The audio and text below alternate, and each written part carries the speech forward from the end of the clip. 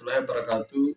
Perkenalkan, nama saya Iswandi dengan NIM E1G1230051.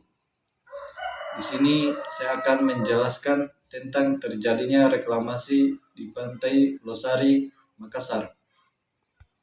Kegiatan yang bertujuan memperoleh lahan baru atau memperbaiki lahan yang sudah rusak untuk lebih dioptimalkan pengolahannya menggunakan metode penimbunan atau pengeringan lahan dengan material berupa batuan dan pasir adalah konsep dasar reklamasi. Proses reklamasi umumnya dilaksanakan pada kawasan perairan dan pada kawasan yang membutuhkan lebih banyak lahan daratan untuk menunjang keberlangsungan dan pengembangan kawasan suatu wilayah. Pengertian reklamasi lahan. Secara bahasa, reklamasi adalah pemanfaatan lahan yang tidak ekonomis untuk kepentingan pertanian, pemukiman, industri, rekreasi, dan sebagainya, mencakup antara lain pengawetan tanah, pengawetan sumber air, pembebasan tanah tandus, drainase daerah rawa atau lembah, dan proyek pasang surut. Reklamasi merupakan suatu pekerjaan atau usaha memanfaatkan kawasan atau lahan yang relatif tidak berguna atau masih kosong dan berakhir menjadi lahan berguna dengan secara dikeringkan, misalnya di kawasan pantai. Reklamasi dilaksanakan mengikuti prosedur sejak tahap perencanaan, pelaksanaan, dan pembangunan, serta pemanfaatannya baik di atas atau di bawah lahan hasil reklamasi. Reklamasi menjadi alasan utama dalam pengembangan kota sehingga alternatif reklamasi pantai dilakukan dengan berbagai alasan. Tujuan reklamasi adalah menjadi kawasan berair yang rusak atau tak berguna menjadi lebih baik dan bermanfaat. Sejarah reklamasi di Pantai Losari, Makassar. 1. Awal mula sejak 2003 sampai 2010, pemerintah Kota Makassar mulai gencar melakukan reklamasi untuk menata kembali kawasan pesisir termasuk di sekitar Pantai Losari. 2. Master Plan CPI. Pemerintah kota membuat rencana untuk pembangunan Center Point of Indonesia yang juga mencakup reklamasi di area tersebut. Revitalisasi 2012. Sebuah revitalisasi besar dilakukan diresmikan oleh Yusuf Kala. Namun pembangunan jalan baru menuju area Center Point of Indonesia kemudian menghancurkan sebagian besar fasilitas dan prasasti dari proyek revitalisasi tersebut. Proyek 157 hektar. Sebuah proyek reklamasi baru seluas 157 hektar kemudian dilanjutkan namun sempat dihentikan sementara karena masalah perizinan dan dugaan korupsi. Alasan reklamasi: penyediaan lahan baru untuk berbagai keperluan seperti pengembangan kota dan fasilitas umum, peningkatan manfaat sumber daya lahan dari sudut pandang lingkungan dan sosial ekonomi.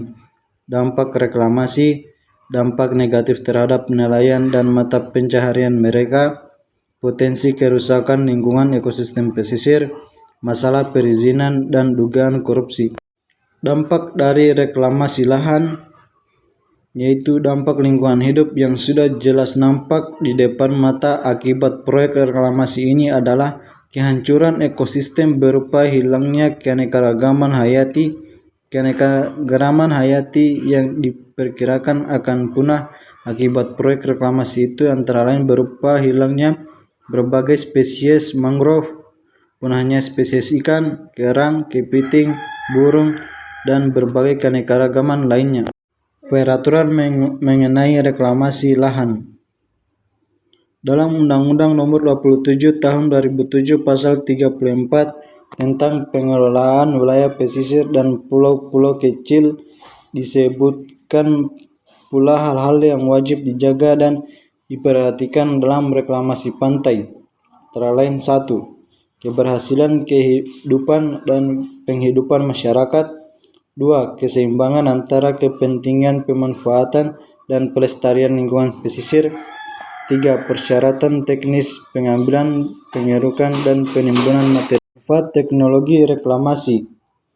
Reklamasi pantai sudah menjadi alternatif dalam pemenuhan lahan perkotaan dan menjadi mutlak dikarenakan wilayah daratan yang semakin sempit. Kebutuhan dan manfaat reklamasi dapat dilihat dari segi aspek tata guna lahan, aspek pengelolaan pantai, dan ekonomi. Dalam aspek ekonomi adalah kebutuhan lahan untuk permukaan semakin mahalnya wilayah daratan dan berkurangnya daya dukung lingkungan darat menjadikan reklamasi adalah hal yang sangat penting dan menjadi pilihan bagi negara-negara maju atau kota metropolitan yang membutuhkan perluasan lahan dalam memenuhi kebutuhan untuk permukiman.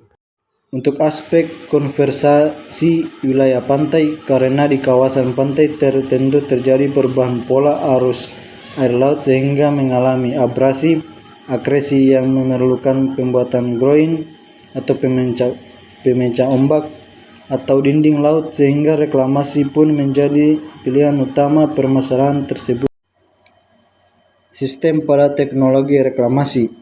Berikut ini sistem-sistem yang bisa diterapkan dalam teknologi reklamasi. 1. Sistem limbunan reklamasi dilakukan dengan cara menimbun perairan pantai sampai muka lahan berada di atas muka air laut tinggi. 2. Sistem polder reklamasi dilakukan dengan cara mengeringkan perairan yang akan direklamasi dengan memompa air yang berada dalam tanggul kedap air untuk dibuang keluar dari daerah lahan reklamasi. 3. Sistem kombinasi atau polder dan timbunan reklamasi. Ini merupakan gabungan sistem polder dan sistem tumbuhan, yaitu setelah lahan diperoleh dengan metode pemompaan, lalu lahan tersebut ditimbun sampai ketinggian tertentu sehingga perbedaan elevasi antara lahan reklamasi dan muka air laut tidak besar. 4. Sistem drainase reklamasi. Sistem ini dipakai untuk wilayah pesisir yang datar dan relatif rendah dan wilayah di sekitarnya, tetapi elevasi muka tanahnya masih lebih tinggi dan elevasi muka air laut. Dampak positif dan dampak negatif teknologi reklamasi. Dampak positif reklamasi pantai. Daerah yang dilakukan reklamasi menjadi aman terhadap erosi karena konstruksi pengaman sudah disiapkan sekuat mungkin untuk dapat menahan gempuran ombak laut. Daerah yang ketinggiannya di bawah permukaan air laut bisa aman terhadap banjir apabila dibuat tembok penahan air laut di sepanjang pantai. Tata lingkungan yang bagus dengan perletakan taman sesuai perencanaan sehingga dapat berfungsi sebagai area rekreasi yang sangat memikat pengunjung. Dampak negatif reklamasi pantai. Peninggian muka air laut karena area yang sebelumnya berfungsi sebagai tempat penanaman mangrove telah berubah menjadi daratan.